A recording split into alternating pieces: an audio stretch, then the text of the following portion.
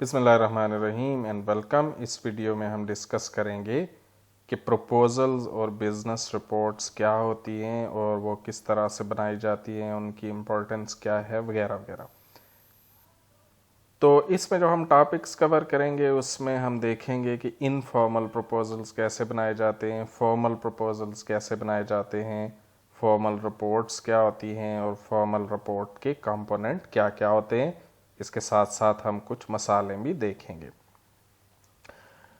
तो फॉर्मल हों या इनफॉर्मल प्रपोजल्स हों, पहले हमें ये समझने की ज़रूरत है कि इनकी ज़रूरत क्या होती है। देखें, जब भी आप बिज़नेस कर रहे होते हैं तो आपको बहुत दफ़ा कोई प्रपोज़ल देने पड़ते हैं। मिसाल के तौर पर आप किसी के साथ मिलकर काम करना चाहते हैं, आप किसी को कोई सर्विस प्रोवाइड करना चाहते हैं, तो आपने एक प्रपोज़ल देना होता है कि हम ये करना चाहते हैं, ये कर सकते हैं।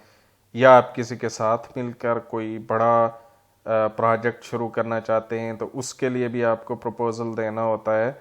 इसी तरह से जब कोई काम हो जाए तो उसके बाद उसकी रिपोर्ट देनी होती है कि ये हो गया है, ये काम इस तरह से हुआ है, इसमें ये अचीवमेंट हुई है। तो ये दोनों ऐसी चीज़ें हैं जिनका बिजनेस में बहुत ज़्यादा अमल दखल है। तो इसको हम डिस्कस करते हैं कि इनफॉर्मल प्रपोजल्स क्या होते हैं और फॉर्मल प्रपोजल्स क्या होते हैं। ये पहले डिस्कस करेंगे और फिर उसके बाद हम रिपोर्ट को देखेंगे।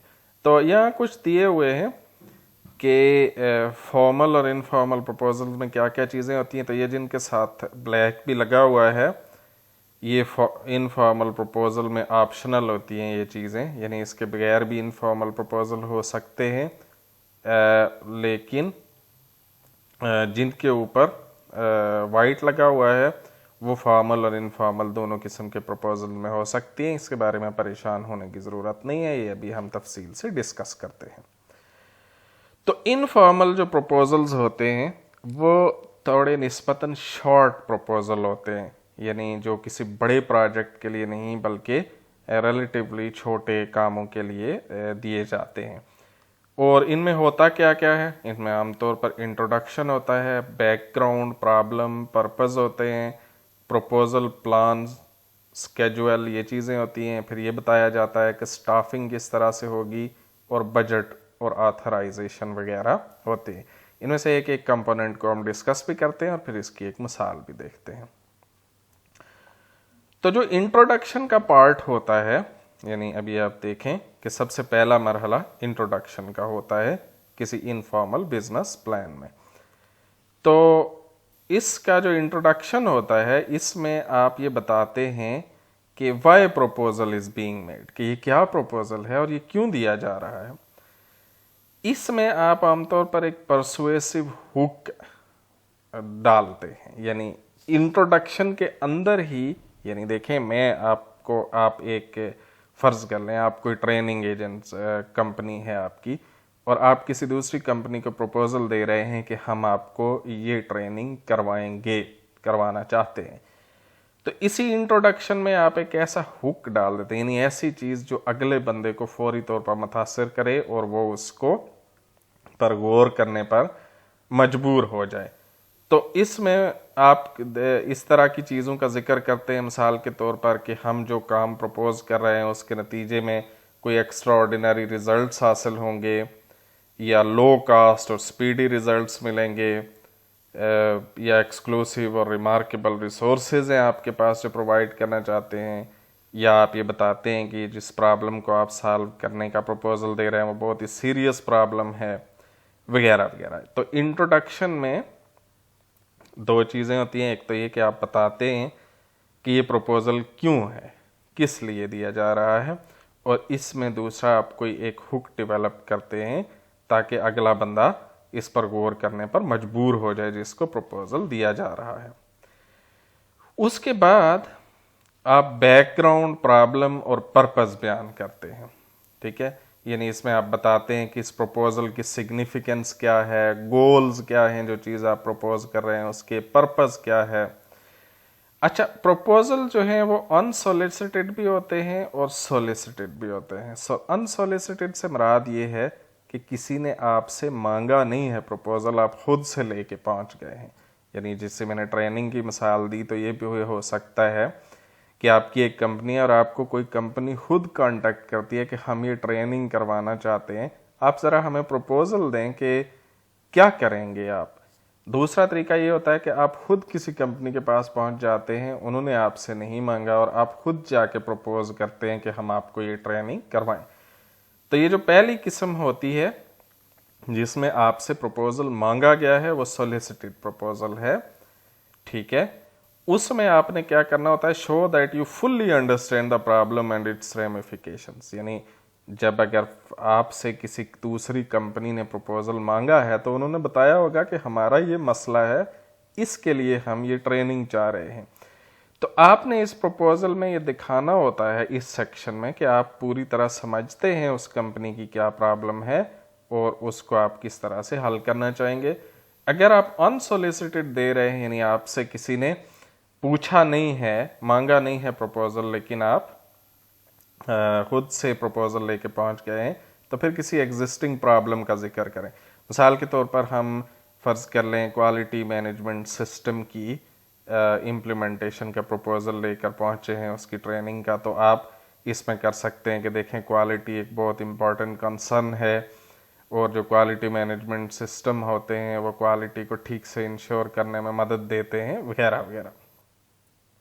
उसके बाद जो प्रपोजल प्लान और स्केजुअल होता है, इसमें आप बताते हैं कि आप ये कोई जो भी मसला है, यानी मसले से मुराद आपसे उन्होंने मांगा है या आप खुद से आए हैं, तो आप बताते हैं कि आप कैसे हल करेंगे, आपका प्लान क्या है। आप ये बताएंगे कि इम्प्लीमेंट कैसे होगा, इवेल्युएशन कैसे होगी उसकी, और फिर एक स्केजुअल देते हैं कि इतने टाइम में होगा, फलां टाइम तक हम ये करेंगे, फलां टाइम तक ये करेंगे। फिर इसके बाद आप स्टाफिंग की बात करते हैं कि यानी आप बताते हैं कि देखें हम आपको ये ट्रेनिंग दे रहे हैं, तो हमारे पास जो लोग हैं उनकी ये एक्सपर्टीज़ है, ठीक है। और फिर आप ये भी बताते हैं कि हमारे पास जो लोग हैं वो बहुत ही ज़बरदस्त हैं इस काम के लिए और दूसरों के मुकाबले में, आपके कंपेटिटर्स के मुकाबले में ये बहुत अच्छे स्किल्स रखते हैं। इसी तरह से जो आपका आखिरी हिस्सा है बजट और ऑथराइजेशन का, उसमें आप बताते हैं कि इसकी ये जो हम काम करेंगे इसकी इतनी कास्ट होगी, ठीक है। और फिर आप ये भी बताते हैं कि ये हमारी डेडलाइंस होंगी, इसमें हम करेंगे, और फिर आप उसमें कहते हैं कि अच्छा अब ये काम हम करना चाहते हैं तो इसका आप अप्रूवल दे दें। अच्छा, ये देखिए इनफॉर्मल प्रपोजल है, ये किस तरह से किया गया है, इसकी एक मिसाल है। ये इसका अगली कई स्लाइडों पर इसकी जो है वो आप इसे देख पाएंगे। ये देखें जी, कोई क्वांटाइल रिसर्च है, इन्होंने मे ऊपर आप टाइम लिखते हैं, ये इसके लेटर हेड पे लिखा गया है।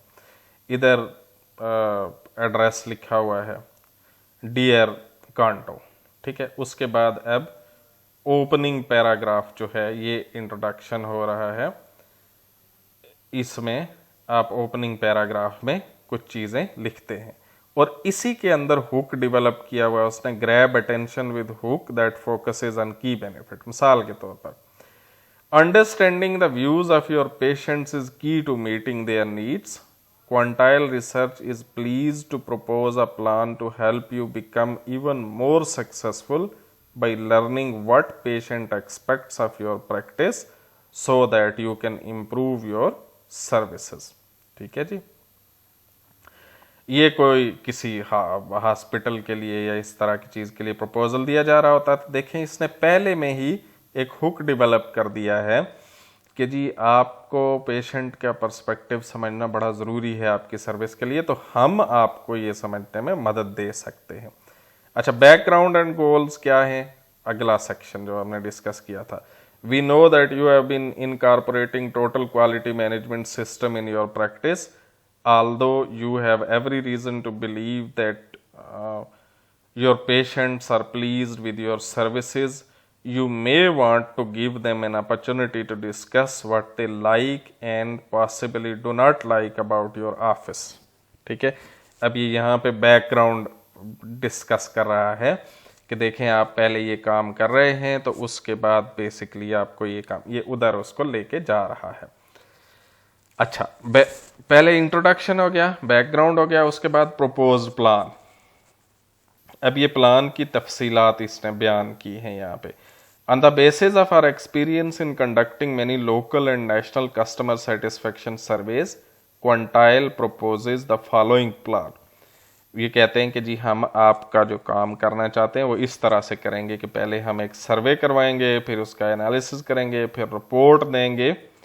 ठीक है, तो ये क्या है, divides total plan into logical segments. तो आपका जो प्लान है कि हम इस तरह से आपको सर्विस देंगे, ये पूरा प्लान यहाँ पे डिस्कस हुआ है और फिर उसकी हेडिंग्स बना के डिस्कस हुआ है ताकि ज्यादा आसानी से समझ में आए। ओके जी, ओके। उसके बाद क्या है जी, यहाँ पे सेकंड पेज शुरू हो गया है। वो तो पीछे जो 2 स्लाइडें देखी वो एक ही पेज था, लेकिन स्लाइडों में 2 नजर आ रहे हैं। अच्छा, अब यहाँ पे पेज 2 है अगर तो उसके ऊपर पेज नंबर लगा हुआ होना चाहिए और यूं होना चाहिए। अब ये स्केड्यूल बता रहा है with your approval the following schedule has been arranged for your patient satisfaction survey. क्या क्वेश्चनेयर डेवलपमेंट जो है ये अगस्त 6 से 10 तक होगी, डेडलाइन फॉर रिटर्निंग क्वेश्चनेयर अगस्त 20 तक होगी, वगैरह वगैरह। ये क्या बयान कर दिया यहाँ पे, स्केड्यूल बयान कर दिया है। उसके बाद स्टाफिंग। अब स्टाफिंग में क्या बताएगा, ये अपने जो स्टाफ है जो आपकी कंपनी का है उसकी क्या क्या एक्सपर्टीज है, वो किस लिहाज से अच्छा है, वगैरह वगैरह। Quantile is a nationally recognized experienced research consulting firm specializing in survey investigation. I have assigned your customer satisfaction survey to John Karin, PhD, our director of research. Dr. Karin was trained at Emory University and has successfully supervised our research program for past 9 years. Before joining Quantile, he was marketing analyst with T-Mobile. अब ये देखें कि हम ये बंदा आपका काम करेगा और ये बड़ा एक्सपीरियंस बंदा है, 9 साल से है, पीएचडी की हुई है, वगैरह वगैरह। यानी ये अपने जो स्टाफ है उसकी एबिलिटीज और स्किल्स और एक्सपीरियंस आपने यहाँ पे हाईलाइट करना होता है। ठीक है, उसके बाद बजट है। तो ये बता रहा है कि ये हम आपका काम करेंगे तो इसका हम पैसे कितने लेंगे। तो ये बता रहा है जी कि professional and administrative time questionnaire development पर हमारे 3 घंटे लगेंगे, इसके इतना रेट है, $175 पर आवर, और फिर उसके $175 जो हैं वो 1 घंटे के हम चार्ज करेंगे इस काम के, और टोटल इतने करेंगे, वगैरह वगैरह। मेलिंग कास्ट इतनी होगी, फिर टोटल कास्ट के जी $5,275 हम करेंगे। ओके, फाइनली उसके बाद आखिर में क्या बता रहा है, ये सारा प्रपोजल देने के बाद देखें, इसने पहले इंट्रोड्यूस करवाया, फिर बैकग्राउंड बताया कि आपका हॉस्पिटल TQM कर रहा है, वगैरह वगैरह, बड़ा अच्छा है, लेकिन हम चाहते हैं कि हम आपको एक customer satisfaction survey, patient satisfaction सर्वे करवा के दें। फिर उसने अपना प्लान बताया है कि किस तरह से करेंगे, स्केड्यूल बताया है कि कितने अरसे में करेंगे, अपना बजट जो है वो कास्ट बता दिए कि इतनी इतनी कास्ट होगी। अब उसके बाद आखिर में ऑथराइजेशन मांग रहा है। We are convinced doctor Kato that are professionally designed and administered patient satisfaction survey will enhance your practice. Quantile research can have specific results for you by September 3 if you sign the enclosed duplicate copy of this letter and return to us with a retainer of $2,500 so that we may begin developing your survey immediately. The rates in this offer are in effect only until October 1. तो अब ये उसमें बता रहा है, आखिर में उसे कह रहा है कि अब आप अप्रूवल दे दें ताकि हम काम शुरू करें। और फिर इसने ये भी बताया कि ये ऑफर सिर्फ अक्टूबर 1 तक वैलिड है, उसके बाद जिस बंदे ने प्रपोजल भेजा है उसका नाम, साइन, वगैरह वगैरह। ठीक है जी, तो ये एक इनफॉर्मल प्रपोजल होता है। अब जो फॉर्मल प्रपोजल होता है वो जरा ज्यादा बड़े प्रोजेक्ट के लिए था। ये देखें, ये किसके लिए था, आपने एक सर्वे कंडक्ट करना था पेशेंट सेटिस्फेक्शन का। जो इन फॉर्मल प्रपोजल होता है वो ज्यादा बड़ा होता है, इसमें क्या क्या चीज़ें शामिल होती हैं? एक लेटर ऑफ ट्रांसमिटल और एग्जीक्यूटिव समरी। इसमें सबसे पहले इसके शुरू में एक लेटर लिखा हुआ होता है, explain your reason for writing, provide contact information for all principals, describe your business concisely, introduce parts of your plan, ask for support। यानी एक समरी सी आप के शुरू में एक अलग से लेटर लगा देते हैं। यानी देखें, अगर आपने एक प्रपोजल बनाया है जो कि 50 सफ़े का है, तो आप सिर्फ वही कॉपी जाके तो नहीं पकड़ाएंगे, उसके साथ एक ऊपर लेटर लगा हुआ होगा कि ये चीज़ हम आपको भेज रहे हैं, इसमें प्रिसाइजली ये कुछ है। आप बहुत शॉर्ट फॉर्म में डिस्क्राइब कर देते हैं कि ये जो हम आपको प्रपोजल भेज रहे हैं इसके अंदर क्या है। उसके बाद इस प्रपोजल में टेबल ऑफ कंटेंट का होना ज़रूरी है, ठीक है। कंपनी डिस्क्रिप्शन आप देते हैं, आप बताते हैं कि जी आप कौन सी कंपनी है, आप बिजनेस टाइप, आप क्या बिजनेस करते हैं, फाउंडिंग, ग्रोथ, सेल्स, प्रॉफिट्स वगैरह बताते हैं, ठीक है जी। कंपनी की डिस्क्रिप्शन, प्रोडक्ट या सर्विस की डिस्क्रिप्शन, जो कुछ भी आपका है आप उसकी डिस्क्रिप्शन देते हैं। मार्केट एनालिसिस करते हैं, market characteristics, trends, projected growths वगैरह। Describe customer behaviour, complementary product, services, barriers to entry. उसके बाद ऑपरेशंस और मैनेजमेंट को डिस्कस करते हैं। मैं इसको क्विकली गुजार रहा हूँ ताकि आपको अंदाज़ा हो थोड़ा सा कि इसमें होता क्या है। फाइनेंशियल एनालिसिस देते हैं और फिर आखिर में अपेंडिसेस लगाते हैं। ओके, मिसाल के तौर पर आप फर्ज कर लें कि आप किसी को प्रपोज कर रहे हैं, एक कंपनी है, आपकी रिसर्च कंपनी है, ठीक है, और आप एक दूसरी कंपनी को जो कि एक आईटी की कंपनी है, आप प्रपोज कर रहे हैं कि हम मिल के एक नया प्रोजेक्ट शुरू करते हैं जिसमें हमारी रिसर्च एक्सपर्टीज़, आपकी आईटी की एक्सपर्टीज़ मिला के तो हम कुछ बड़े रिसर्च प्रोजेक्ट करते हैं, ठीक है।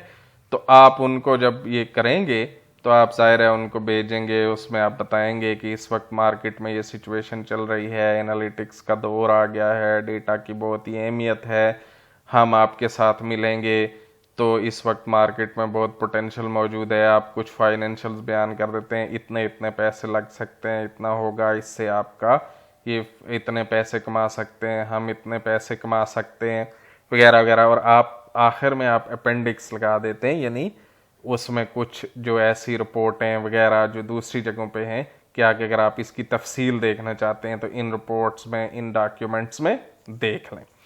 तो ये जो कि एक बड़ा सारा प्रपोजल होता है, इस वजह से इसकी एग्जांपल तो यहाँ पर डिस्कस नहीं की गई, लेकिन यू कैन इमेजिन कि ये किस तरह का होता होगा। जिस मिसाल से मैंने आपको बताया है कि मिसाल के तौर पर आपकी कंपनी दूसरी कंपनी के साथ मिल के काम करना चाहती है, आप उन्हें बता रहे हैं, उसमें आप उसी तरह इंट्रोड्यूस भी करवाएंगे, आप उसी तरह से पर्पसेस भी बयान करेंगे, लेकिन उसके साथ फिर ज़्यादा डिटेल से बताएंगे कि अच्छा मार्केट में ये काम करने की ये गुंजाइश मौजूद है, कि इस वजह से ये ट्रेंड्स चल रहे हैं, इस तरह मार्केट है, इस तरह के हमारे फाइनेंशियल मामलात होंगे या इस वक्त हैं, हम ये कंपनी है, हम करंटली ये कर रहे हैं वगैरह वगैरह।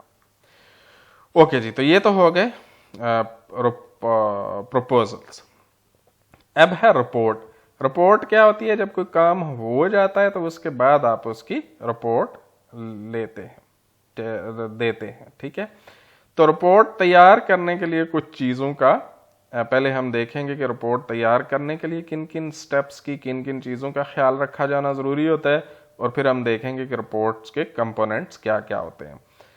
तो सबसे पहले आप analyse the report problem and purpose, ठीक है। Develop a problem question, are customer satisfied with our service, a purpose statement. The purpose of this report is to investigate customer satisfaction and to recommend areas for improvement. तो सबसे पहले इसका report problem और purpose होता है, ठीक है जी। दूसरी चीज एंटिसिपेट ऑडियंस एंड इश्यूज।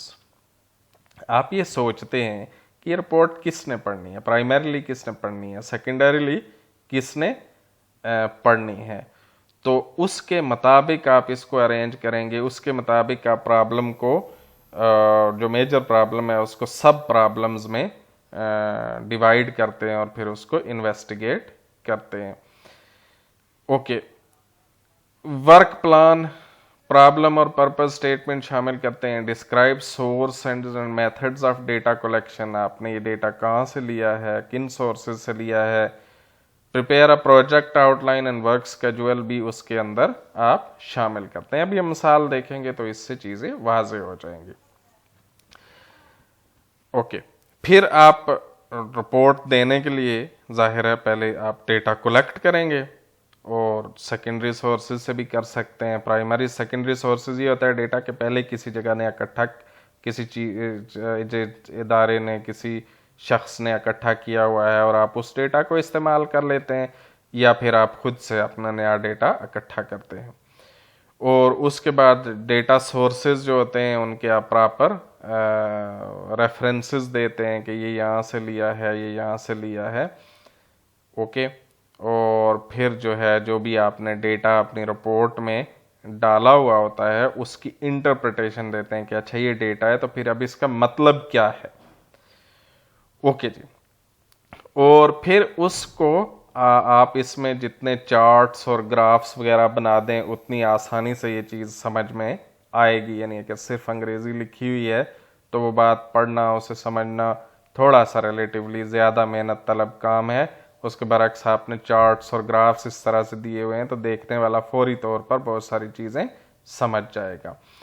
फिर जब आप ये सब कुछ कर चुके हैं तो उसके बाद आप रिपोर्ट का पहला ड्राफ्ट लिखते हैं और फिर उसको आप रिवाइज और प्रूफ रीड करते हैं और फिर उसके बाद आप फाइनल जो है इवैल्यूएशन को जो है करते हैं कि अच्छा ये रिपोर्ट हम दे रहे हैं क्या ये अपना मकसद हासिल करेगी या नहीं करेगी। ठीक है जी, तो ये रिपोर्ट तैयार करने के मराहिल थे, ये याद रखें। ये रिपोर्ट के कंपोनेंट्स नहीं थे बल्कि ये रिपोर्ट तैयार करने के स्टेप्स हैं कि सबसे पहले एनालाइज करें प्रॉब्लम को एंड ऑडियंस को देखें कि कौन सी होगी, उसके हिसाब से वर्क प्लान तैयार करें, डेटा की कलेक्शन करें, डेटा के सोर्सेज को बताएं, इंटरप्रेट एंड ऑर्गेनाइज डेटा, उसके बाद ग्राफिक्स वगैरह बनाएं, फर्स्ट ड्राफ्ट लिखें, फिर उसको प्रूफ रीड करें और फिर फाइनल इवैल्यूएशन करें। तो ये रिपोर्ट तैयार करने के मराहिल हैं। रिपोर्ट में क्या क्या कंपोनेंट्स होते हैं ये भी हम देखते हैं। तो इनको वन बाय वन देख लेते हैं। सबसे पहले तो कवर एंड टाइटल पेज होता है।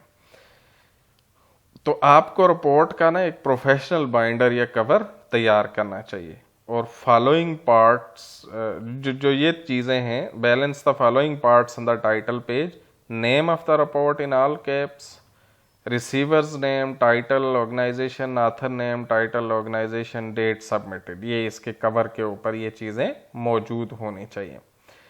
फिर लेटर और मेमो ऑफ ट्रांसमिटल, ये भी उसी तरह से यानी इसमें होगा, आप बताएंगे, ये इंट्रोडक्शन सा होगा कि ये रिपोर्ट क्या है, क्यों लिखी गई है और इसके अंदर वेरी ब्रीफली क्या कुछ मौजूद है। ओके, इसके बाद इसमें एक टेबल ऑफ कंटेंट होगा, लिस्ट ऑफ फिगर्स देंगे कि आप फलां पेज पर ये फिगर लगी हुई है। फिर एक एग्जेक्टिव समरी होगी। एग्जेक्टिव समरी क्या होती है? जिसमें पूरी रिपोर्ट को समराइज किया जाता है एक पेज पर या एक से भी कम पेज पर, या बहुत बड़ी रिपोर्ट हो तो एक से ज़्यादा पेज भी हो सकता है। लेकिन ये एक बहुत ही प्रिसाइज समरी होती है जो ये बताती है कि इस रिपोर्ट के अंदर क्या लिखा हुआ है। ओके, उसके बाद इसमें एक इंट्रोडक्शन होता है जिसमें आप बताते हैं कि ये प्रॉब्लम क्या था, किन इवेंट्स के शुरू हुआ। उसके बाद ये भी बताते हैं कि इस रिपोर्ट को किसने ऑथराइज किया था कि लिखी जाए। ठीक है, और इसमें रेलेवेंट लिटरेचर वगैरह भी दे सकते हैं। इसकी जो बॉडी होती है उसमें आप discuss, analyse and interpret research findings और propose solution to finding, use clear descriptive headings. उसके बाद कंक्लूजन्स और रिकमेंडेशंस होती हैं और फिर अपेंडिक्सेस होती हैं और आखिर में रेफरेंसेस होते हैं। तो अगर आप गौर करें तो इसकी आपकी रिपोर्ट में क्या होता है? सबसे पहले इंट्रोडक्शन, फिर उसकी मेन बॉडी है, बॉडी के बाद कंक्लूजन और रिकमेंडेशंस होंगे, आखिर में अपेंडिक्सेस होंगी और फिर वर्क साइटेड या रेफरेंसेस होंगे। हम इसकी एक मिसाल देख लेते हैं। ये देखें जी, सबसे पहले क्या है, ये letter of memo of transmittal है, जिसमें बताया गया है कि ये क्या रिपोर्ट है। मिसाल के तौर पर ये देखें, ऊपर नाम लिख, ऊपर डेट लिखी हुई है, ये बताया गया किसको भेजी जा रही है, dear council members, the attached report requested by Flagstaff city council is a letter to Goldman Lane and Goldman Line and Associates dated October 20 describes the economic impact of Coconino Industrial Park on the city of Flagstaff. We believe you will find the result of this study useful in evaluating future developments of industrial parks within the city. अब देखें, पहले ही paragraph में इसने क्या बता दिया है कि ये रिपोर्ट किस चीज के बारे में है, ठीक है, किसने रिक्वेस्ट की थी। ये बता रहा है कि ये रिपोर्ट की रिक्वेस्ट फ्लैगस्टाफ सिटी काउंसिल ने की थी। कब की थी? इन लेटर टू, हमारी ये कंपनी जो कि फलां डेट को इन्होंने लिखा था, उसमें इन्होंने हमसे मांगी थी ये रिपोर्ट।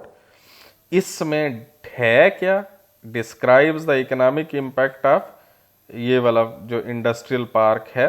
ये कहता है, इसमें ये बता दिया इसने कि इस रिपोर्ट में ये जो इंडस्ट्रियल पार्क बनाया जाने वाला है उसके इम्पैक्ट का इस शहर पर, फ्लैगस्टाफ नाम के शहर पर इम्पैक्ट का जायजा लिया गया है। और हमारा ये ख्याल है कि आप ये रिपोर्ट पढ़ने से आपको फायदा होगा और आपको ये चीजें पता चलेंगी, ठीक है। अच्छा, the study was designed to examine economic impact in 3 areas, current and projected tax and other revenues according to city from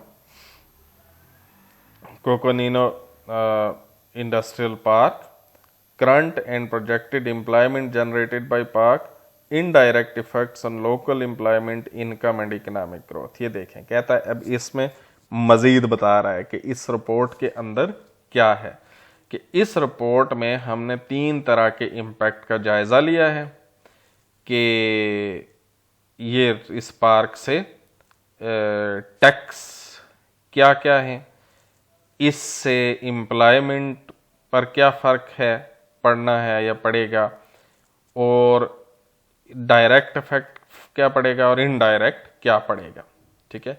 अच्छा, अब ये आगे बता रहा है, फर्दर बता रहा है कि हमने ये रिपोर्ट कैसे तैयार की है। Primary research consisted of interviews with 15 Coconino Industrial Park tenants and managers in addition to a 2016 survey of over 5000 CIP employees। अच्छा, अब ये बता रहा है कि देखें, इसमें फौरन इसने बता दिया हमने प्राइमरी डेटा वो होता है वो जो आप खुद कलेक्ट करते हैं। कहता है हमने इंटरव्यूज किए, खुद कलेक्ट किया, फिर इसके अलावा हमने एक सेकेंडरी डेटा भी इस्तेमाल किया। सेकेंडरी डेटा क्या है? जो पहले से किसी ने कलेक्ट करके रखा हुआ है कि 2016 में एक सर्वे हुआ था एम्प्लॉइज का कोकोनिनो इंडस्ट्रियल पार्क के, उसका हमने उसको भी हमने कंसिडर किया है। तो इसमें ये बेसिकली बता रहा है कि कोकोनिनो जो आपको ये पढ़ने से, आप आगे भी पढ़ें तो मज़ीद मालूमात आपको हासिल होंगी, लेकिन ये देखें कि इसमें इसने फ़ौरन बता दिया है कि ये क्या रिपोर्ट है, कि ये फ़लाँ एक इंडस्ट्रियल पार्क है, उसका इम्पैक्ट इवेल्यूएट करवाने के लिए हमसे फ़लाँ ने मांगी थी, फ़लाँ डेट को मांगी थी। इसमें हमने ये चीज़ें डिस्कस की हैं कि इस इंडस्ट्रियल पार्क के क्या क्या इम्पैक्ट हैं, किन किन चीज़ों में हमने इसके इम्पैक्ट देखे हैं। फिर इसने ये बताया है कि हमने ये रिसर्च जो है, जो कुछ हम रिपोर्ट में प्रेजेंट कर रहे हैं, वो कहाँ से हमने डेटा लिया है, प्राइमरी डेटा क्या लिया है, सेकेंडरी डेटा क्या लिया है। उसके बाद देखें जी, टेबल ऑफ कंटेंट आ गया है और नीचे लिस्ट ऑफ फिगर आ गई है। टेबल ऑफ कंटेंट में देखें, पहले इंट्रोडक्शन है, फिर बैकग्राउंड है, डिस्कशन ऑफ रेवेन्यूज, ठीक है, revenue, employment, conclusions, recommendation, references, फिर इसने दिया हुआ है कि फिगर्स कहाँ कहाँ पे पाई जाती है। तो ये देखें जी, एग्जेक्टिव समरी में इसने फौरन बता दिया है, सारी इसकी जो रिपोर्ट का खुलासा कर दिया है, ठीक है। और इसमें देखें, अगर यहाँ पे इसने इसकी जो मोटी मोटी फाइंडिंग्स हैं वो बता दी है। मिसाल के तौर पर revenue, the city of Flagstaff earned over 3 million taxes and other revenues from Coconino industrial park in 2016। बता रहा है कि इतना रेवेन्यू इस शहर ने इस पार्क से हासिल किया है। एम्प्लॉयमेंट का बता रहा है कि इतने वर्कर्स यहाँ पे एम्प्लॉयड हैं, इनडायरेक्ट बेनिफिट्स का बता दिया है। यार ये देखिए सब नंबर्स हैं, सारी की सारी चीज़ें नंबर्स में दी गई हैं। ये जो मेन फाइंडिंग्स थी इस रिपोर्ट की वो भी यहाँ पे शामिल कर दी गई हैं। अब ये इंट्रोडक्शन में लिखा हुआ है कि ये स्टडी क्या था, क्या हालात थे। This study was design to analyze the direct and indirect economic impact of Coconino Industrial Park on the city of Flagstaff. Specifically, the study seeks to answer these questions. वही चीज़ें कि इसके ये 3 इम्पैक्ट क्या हैं। फिर यहाँ पे देखें बैकग्राउंड डिस्कस किया हुआ है, वही बैकग्राउंड चल रहा है। फिर अब डिस्कशन यानी इसकी जो मेन फाइंडिंग्स हैं वो शुरू हो गई हैं। ये देखें जी, फिगर 1 जो है यहाँ पे आप कहता है कि डालेंगे सेल्स टैक्सेस, ये टेबल्स बने हुए हैं, इतने टैक्सेस 2016 में इतने थे, 2025 तक हम प्रोजेक्ट कर रहे हैं कि इतने हो जाएंगे। अच्छा, उसकी आगे हर चीज़ की description, sales and use revenues क्या क्या हैं, आगे कितने बढ़ने हैं, अदर रेवेन्यूज़ क्या हैं, और फिर आखिर में प्रोजेक्शंस हैं कि आगे किस तरह से ये चीज़ें, इनमें कितना इजाफा होगा। फिर एम्प्लॉयमेंट को डिस्कस करना शुरू कर दिया। अब यहाँ पे जो है वो चार्ट्स दिए हुए हैं जिसमें ब्रेकअप दिया हुआ है, मैन्युफैक्चरिंग एंड असेंबली में इतने percent employment distribution of industry groups है कि मैन्युफैक्चरिंग में इतने परसेंट लोग एम्प्लॉयड हैं, कंप्यूटर इलेक्ट्रॉनिक्स में इतने हैं, वगैरह वगैरह। यानी देखें इसमें चार्ट्स और ग्राफ्स में सारी की सारी इंफॉर्मेशन दी हुई है। वो देखने से फ़ौरन पता चल जाता है कि अच्छा इस जो इंडस्ट्रियल पार्क है ना, इसमें ज़्यादातर लोग मैन्युफैक्चरिंग में इन्वॉल्व हैं। उनकी वेजेस क्या क्या हैं, यहाँ पे फिगर 3 आपने डालनी है, ठीक है। इसी तरह से आगे एम्प्लॉयमेंट की प्रोजेक्शन शुरू हो गई है कि आगे ये मामला कहाँ तक जाएगा। फाइनल कंक्लूजन्स यहाँ पे दिए हैं मिसाल के तौर पर। इस अगर आप ये पढ़ लें तो इससे आपको काफ़ी समझ आ जाएगी। Analysis of tax revenues, employment data, personal interview and professional literature leads to the following conclusions and recommendations about economic impact of Coconino Industrial Park and city of Flagstaff। ठीक है, अब ये मेजर कंक्लूजन्स हैं कि sales tax and other revenues produced over $3 million in income to the city of Flagstaff in 2016. By 2025, sales tax and other revenues are expected to produce 5.4 million in the city income। यानी ये major जो finding थी वो again दोबारा concise करके दे दी है। इसी तरह से बाकी फाइंडिंग्स भी कि ये इतने एम्प्लॉइज काम कर रहे हैं यहाँ पे, इतने मोर एम्प्लॉइज जो हैं वो होंगे। अब आखिर में ये देखें, on the basis of these findings we recommend. अब ये ऊपर फाइंडिंग्स दे दी कि ये कुछ हमें मालूम हुआ है। On the basis of these findings we recommend that a city council of Flagstaff authorize the development of additional industrial parks to simulate local economic growth। ये कहता है कि और भी इंडस्ट्रियल पार्क शुरू करें। यानी ये अब इन्होंने अपनी रिकमेंडेशन यहाँ पे दे दी। उसके बाद ये रेफरेंसेस दिए हुए हैं कि ये रेफरेंसेस हैं जी के फलां चीज़ का हमने रिपोर्ट के अंदर कोट की है, उसका ये रेफरेंस है, ये रेफरेंस है, ये रेफरेंस है। तो ये जी आपकी रिपोर्ट हो गई। तो इसको आपने काफ़ी गौर से देखना है। देखें कि रिपोर्ट के क्या क्या कंपोनेंट होते हैं, इसमें क्या क्या चीज़ें डिस्कस की जाती हैं।